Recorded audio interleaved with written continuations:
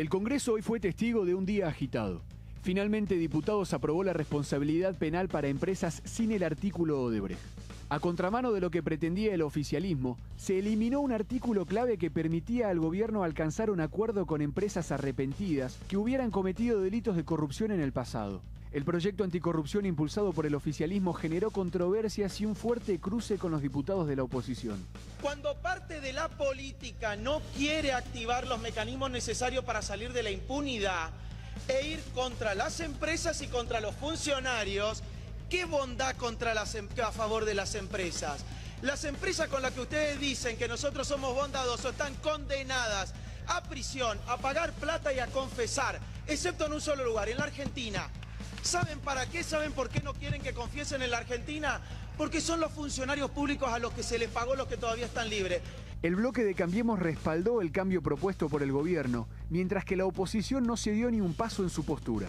Hasta ayer, hasta hoy a la mañana, había un acuerdo generalizado de que el artículo 37 volaba de la redacción definitiva.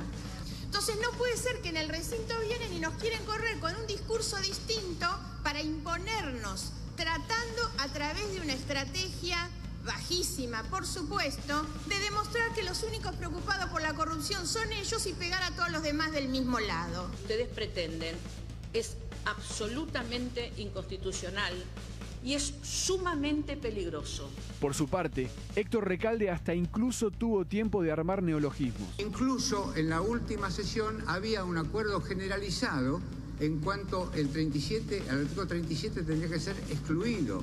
No se puede hacer una especie de gato macrismo con los artículos de la ley, porque no se puede cambiar algo para que nadie cambie. Diputado. La ley de responsabilidad empresaria sigue dando que hablar. El Senado será quien tenga la última palabra. Bueno, ahora recibimos a Margarita, gracias por estar. Gracias por la invitación. Te recibió, bueno, se despidió a Beluto de todos, dejándote un piropo, a vos una flor y una espina a Sergio Massa. ¿Cómo convivís en esto de que, bueno, por ahí con vos sí, pero tu marido político no? A ver, primero marido no, ¿eh? Político, marido político. Dos cuestiones en ese sentido.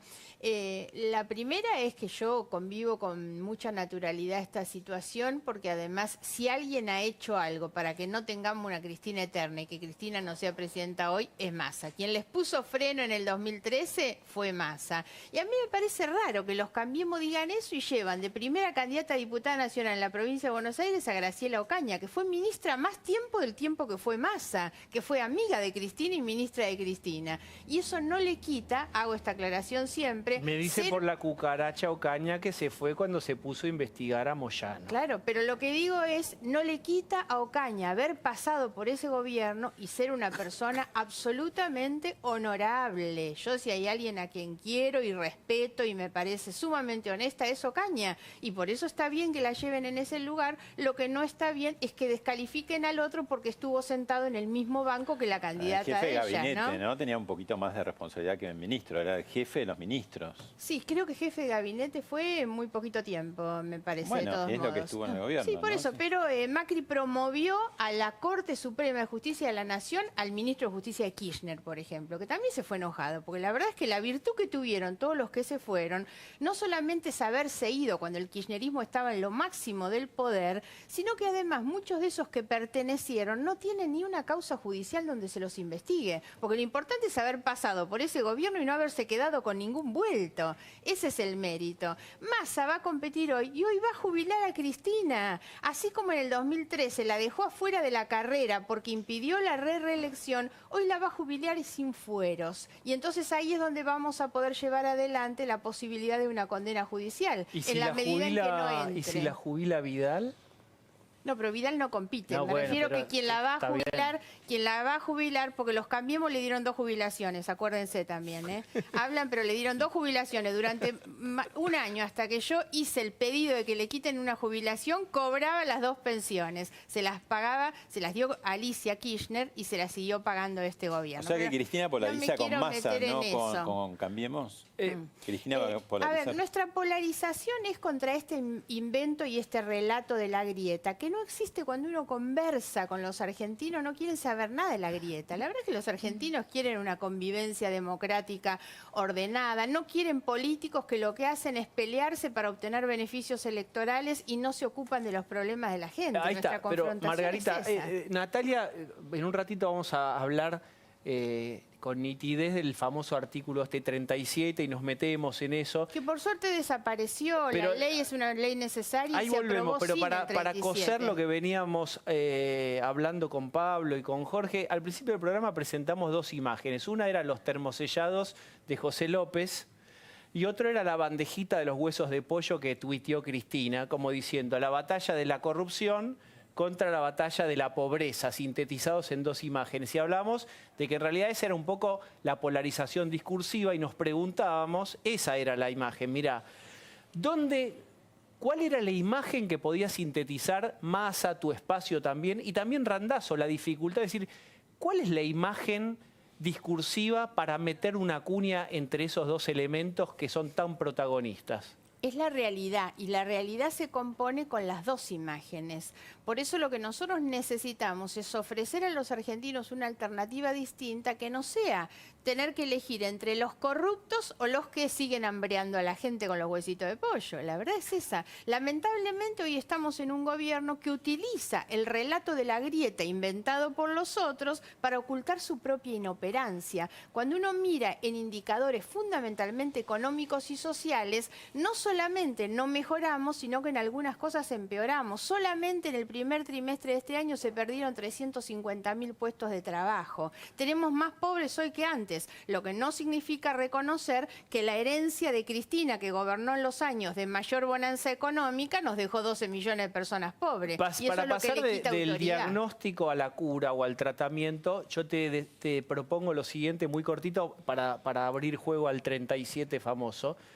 Vos tenés que elegir un ministro de Economía y Roberto Lavagna te dice, yo te agradezco los piropos, pero no tengo ganas ya de ser lo que sea. ¿Quién es un ministro de Economía posible para Margarita Stolbizer? Y la más fácil, te voy a decir, Marco Lavagna.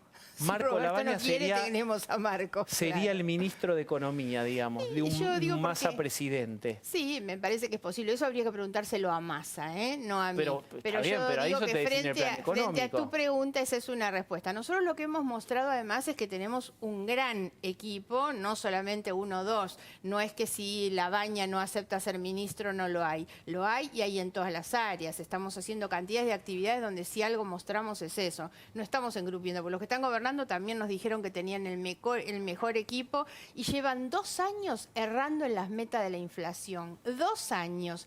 Y eso le quita credibilidad y confianza al gobierno, porque además se hacen daño a ellos mismos cuando equivocan tanto, demuestran que son unos improvisados en materia económica, que eran lo que creíamos que iban a ser más eficientes, ¿no? Bueno, yo también te diré, digamos, simplemente para hacer crecer la charla, imagínate que no necesita el gobierno un abogado y menos sería yo, pero gente del espacio del Frente Renovador, cuando dice hay que fomentar el consumo, digamos, ¿eso se genera cómo? ¿También emitiendo? ¿Cómo sería la fórmula? Pero eso es lo más sencillo, es con plata en el bolsillo. Pero ¿cómo le pones plata en el bolsillo a la gente? Nuestro plan, bajemos los precios de los 11 productos de la canasta básica alimentaria, implica quitarle el IVA y eso de por sí ya es ahorrar en una familia entre 1.000 y 1.200 pesos, entre 400 y 600 en el bolsillo del jubilado.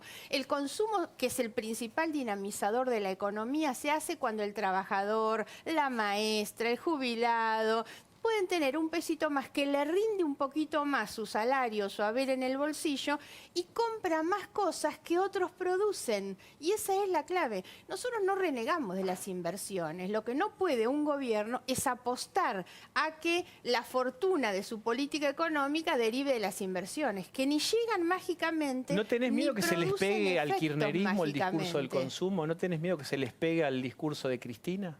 Mire, el otro día me dijo una persona y tiene bastante razón. Dice, a vos te tiran un balde así de kirchnerismo y te resbala. La verdad que a mí las cosas que me puedan decir pero el modelo de nada consumo, me va a quedar digamos, pegado. Cuando vos lo escuchás a Axel Kicillof, propone justamente subir, digamos, Diego, volver a incentivar pero el ellos consumo. gobernaron 12 años la Argentina. Yo creo que a esta altura ni hace falta que yo te diga que gobernaron. Por eso dije, en los años en que más dólares ingresaron en la Argentina. Y en el conurbano la gente sigue sin tener agua potable. Toman agua contaminada contaminada, no tienen cloacas.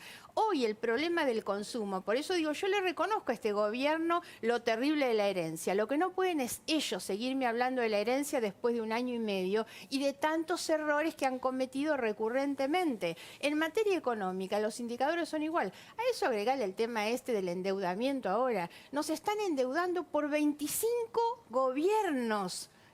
¿Cuántos años vamos a tener que estar endeudados con este bono? Una tasa altísima. ¿Por qué no toman? Dicen que la tasa es más, pero mira, te seguiría... En vez de jugar una carrera para ver cuántos años... Lo delirante de la escena de televisión. Un psicólogo le discute de economía a Margarita Stolbizer, que tampoco es especialista de economía, pero es apasionante. Un número, hablando de economía, número 37, ¿qué es el famoso...? Déjame, antes del tema del artículo 37, poner un poco en contexto el tema de la ley, ¿no? Argentina no tiene responsabilidad penal para las personas jurídicas por hechos de corrupción. En parte esa es la razón por la cual no teníamos nada interesante para ofrecerle a Odebrecht a cambio de la información, y lo único que la empresa podía querer, y eso fue lo que estuvo sobre la mesa, era mantenerme los contratos, no me demandes civilmente, déjame seguir licitando, etcétera. Esta es una norma muy importante para la Argentina a futuro. Primero, para poder sancionar penalmente los hechos de corrupción, pero además porque puede tener un efecto preventivo. Como le da un incentivo a las empresas de reducir la pena si tienen programas de prevención para, digamos, justamente impedir que esos hechos ocurran, lo que vos lográs es evitar el hecho antes de lo que hacemos siempre, que es correr atrás de los hechos con el garrote del derecho penal, que es un arma muy torpe para perseguir la corrupción. Entonces, es una buena norma. Y quiero ahí destacar una cosa, ¿quiénes no la votaron? Los que se sabía que no le iban a votar, digamos, Frente para la Victoria, algún peronista, etcétera. Pero algo que me gustaría decir, la izquierda tampoco la votó. Y a mí esto me hace doler el estómago, ¿no? Me hace pensar que todavía la izquierda en la Argentina, cierta parte del progresismo, no termina de entender que la corrupción es un problema que afecta a los grupos más desaventajados. Entonces se montan en esta idea de, no, concesiones a las empresas no, en contra de una norma que lo que va a permitir es sancionar los hechos de corrupción que vulneran los derechos de los más desaventajados. Eso me parece un tema de contexto importante ahí. Y después está el tema del artículo 37, que ahora ya es como es un tema abstracto porque finalmente se eliminó, pero que era como la famosa cláusula Odebrecht por la cual se iban a permitir acuerdos que desde mi punto de vista eran ilegales, ¿no? Pero explíquenlo, no nos dejen así, ver, muy chiquitito. El artículo 37 lo que establecía básicamente era, además de los acuerdos de colaboración eficaz que se dan en el marco de la justicia, permitía un acuerdo de colaboración entre la Procuración del Tesoro, o sea, en el marco del Poder Ejecutivo, y por hechos ocurridos antes de la sanción de la ley. Las críticas más claras que se dieron a esto fue que esto violaba la independencia de poderes. Yo creo que eso no es una buena crítica, porque si se da en la administración no es que va a decidir sobre cuestiones penales. ¿Cuál era el problema?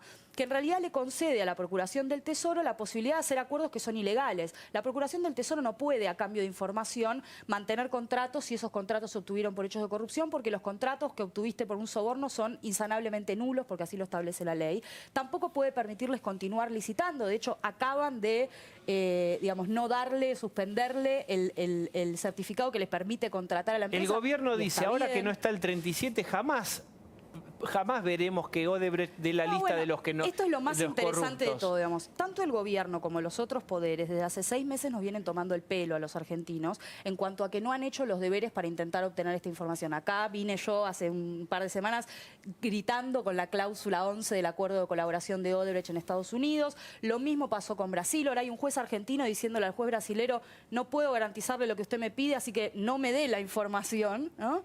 Entonces, ¿pero vos creés que Argentina no quiere verdaderamente la información y está buscando? Sí, efectivamente creo eso. Creo que hay sectores que lo quieren, pero digamos, efectivamente creo que no lo quieren. Y la razón por la que no lo creen es que la corrupción en la Argentina es estructural. Entonces hay muy pocos actores que tienen incentivos de verdad para cambiar las cosas en serio. Por eso, digo, la respuesta de Pablo Abeluto diciéndome, bueno, mirá, yo cuando llegué me reuní con mi auditora y además yo denuncié. Bueno, yo puedo confiar en que vos sos una persona distinta del anterior ministro de Cultura, pero a mí no me alcanza con cambiar las personas. Lo que necesitamos es cambiar el sistema y en eso no están haciendo nada. Seguimos haciendo obra pública con una ley de 1947. Nos deben la reglamentación de la Auditoría General de la Nación. La Oficina Anticorrupción sigue siendo un organismo no de control porque nadie puede controlarse a sí mismo. Hay una lista larguísima. ¿Y hay algo que te guste? Sí, me gustó mucho la ley de acceso a la información pública, me gustó mucho la ley del arrepentido y me gustó mucho la norma que se sancionó hoy. La de hoy. Margarita. Suscribo, del principio al final, todo lo que dijo Natalia. ¿La estás pasando bien? Sí, tenemos un tuit para vos. Miren el tuit este. Fíjense con qué cariño de rubia a rubia. Margarita Stolbizer está mintiendo alevosamente. Esto fue después Esto dice Carrió, tuiteó Carrió, después de tu discurso, ¿no? Sí.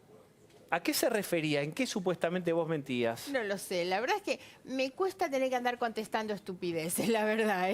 ¿Qué cosa es una estupidez? Eso, porque lo que ella plantea, creo que hay otro tuit donde dice que Margarita no quiere que se recupere la plata que se robaron. Sí, ahí está, es ese. Por eso, la verdad es que a esta altura me parece que nadie puede dudar de toda la cantidad de cosas que yo vengo haciendo desde hace años, siendo Cristina presidenta, para que Cristina realmente tenga las condenas que tiene que tener en sede judicial. Y obviamente esto implica recuperar lo que se robaron mucho, y algo que yo planteé, y a eso se debe referir Carrió, es que la recuperación de lo robado es vía aprobación de la ley de extinción de dominio que está en el Senado, parada desde hace un año. Esa ley es la que permite que frente a un bien que se utilizó en un hecho de corrupción, ejemplo, los aviones de Baez que se llevaban la plata de la Rosadita, puedan ser un avión sanitario, con una acción judicial que haga caer el dominio que Baez tiene sobre esos aviones y que pasen al Estado, o con el dinero que es producto de un hecho de corrupción.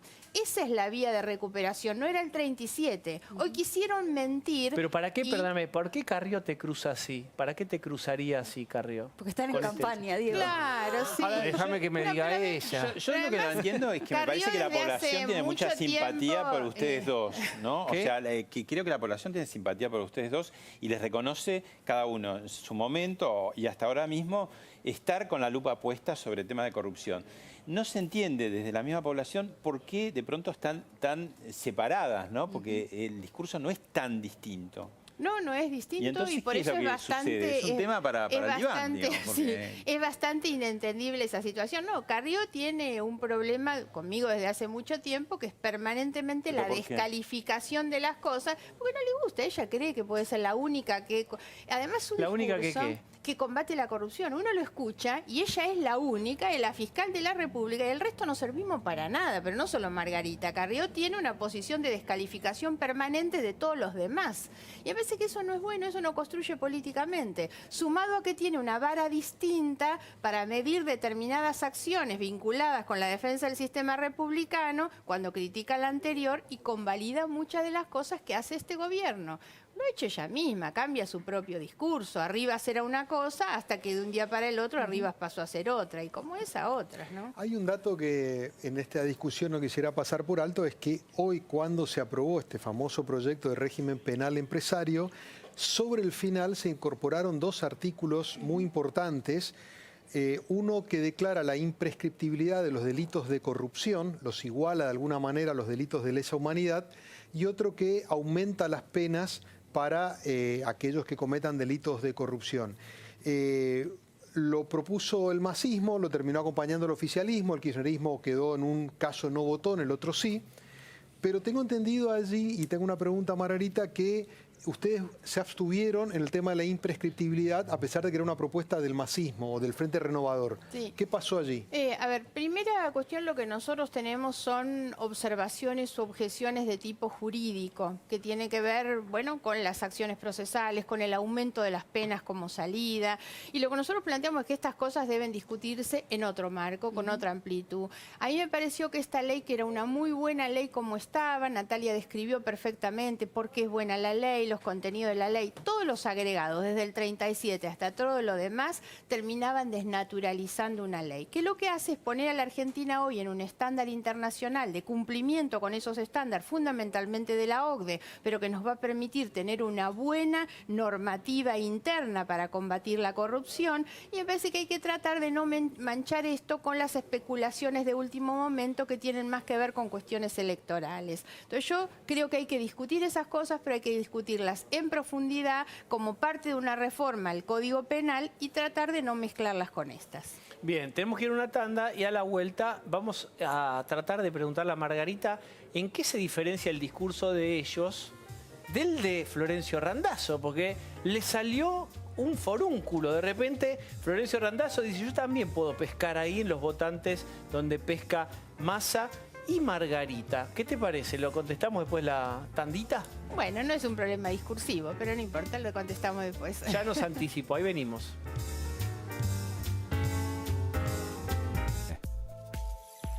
Terapia de noticias. Bueno, muy bien. Pregunta de terapia de pareja política, ¿no? Está Margarita, yo lo hice salir a Sergio Massa para hablar, porque siempre hay un momento a solas de la terapia.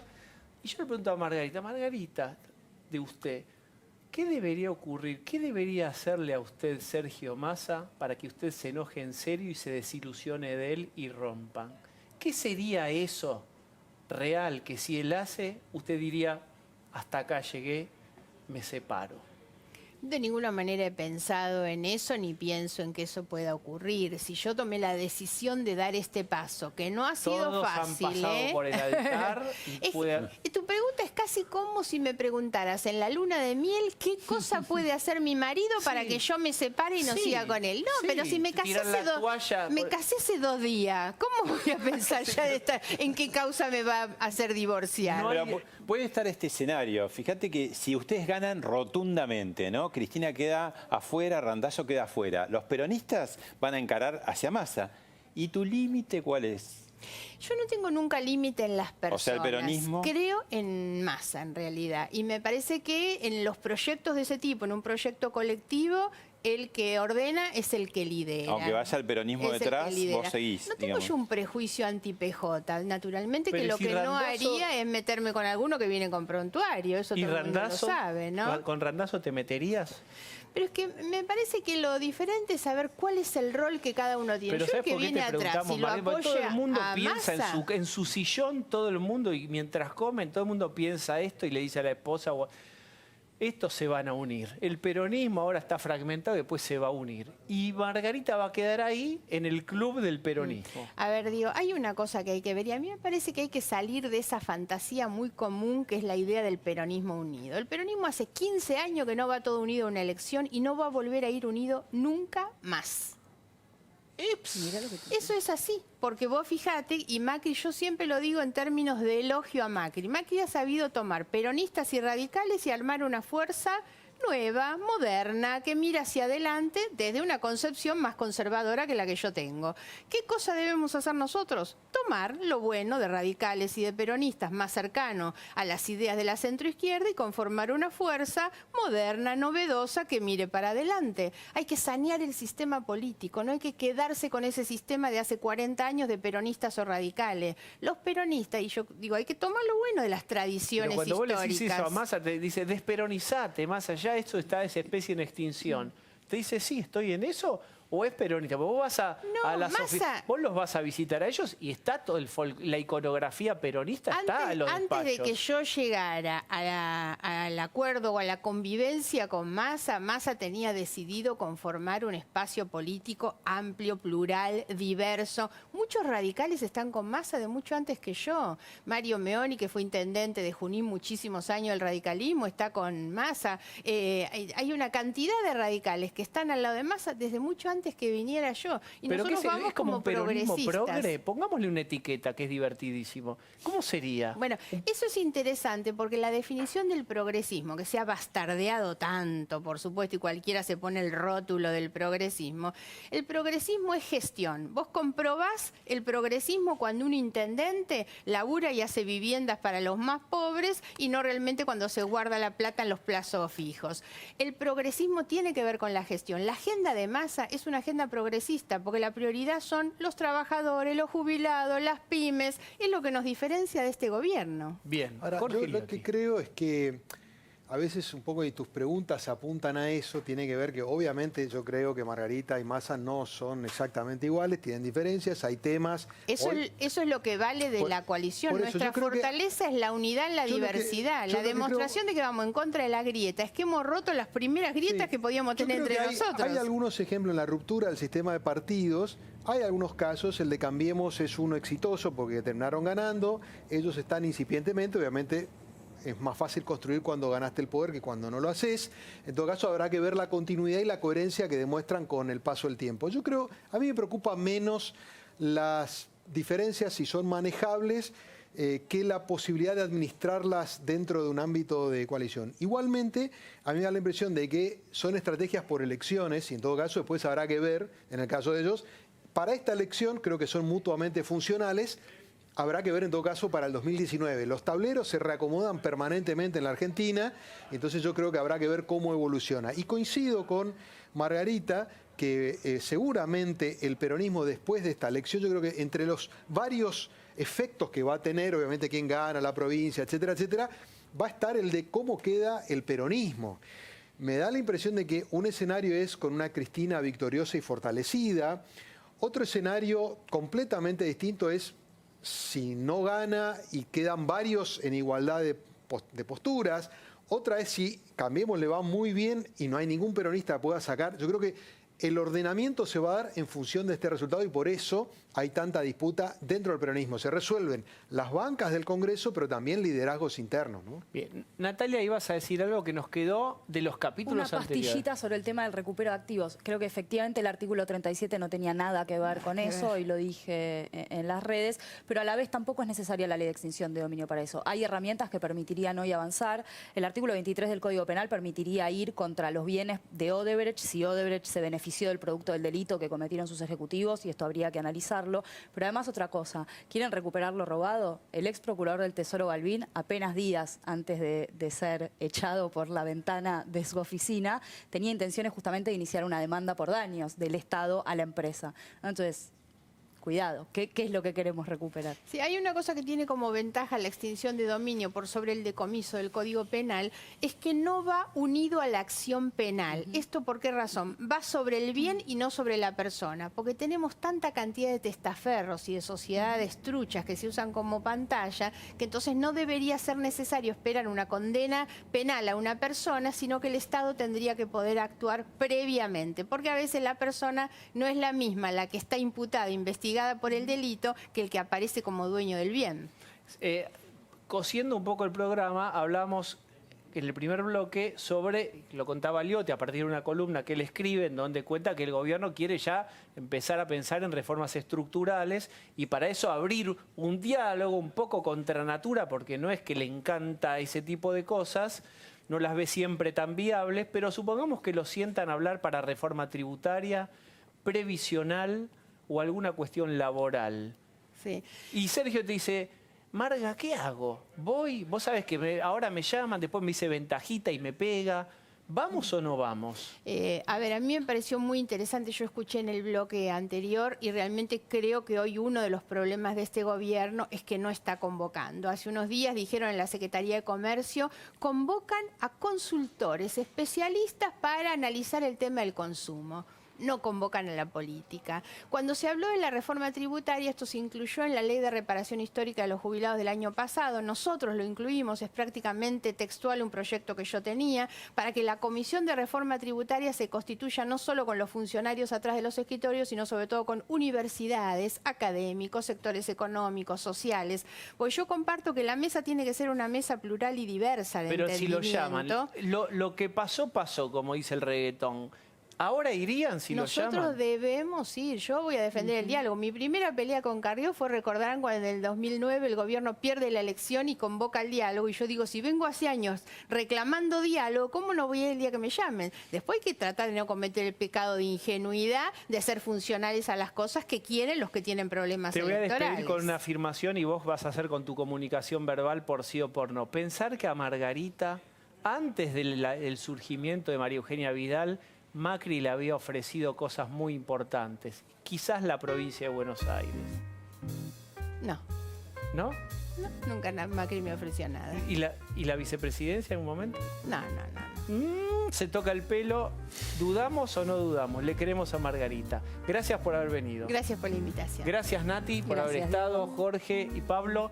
Está María O'Donnell. Está Hugo Alconada Mon. Está todo el equipo listo, invitado formidable.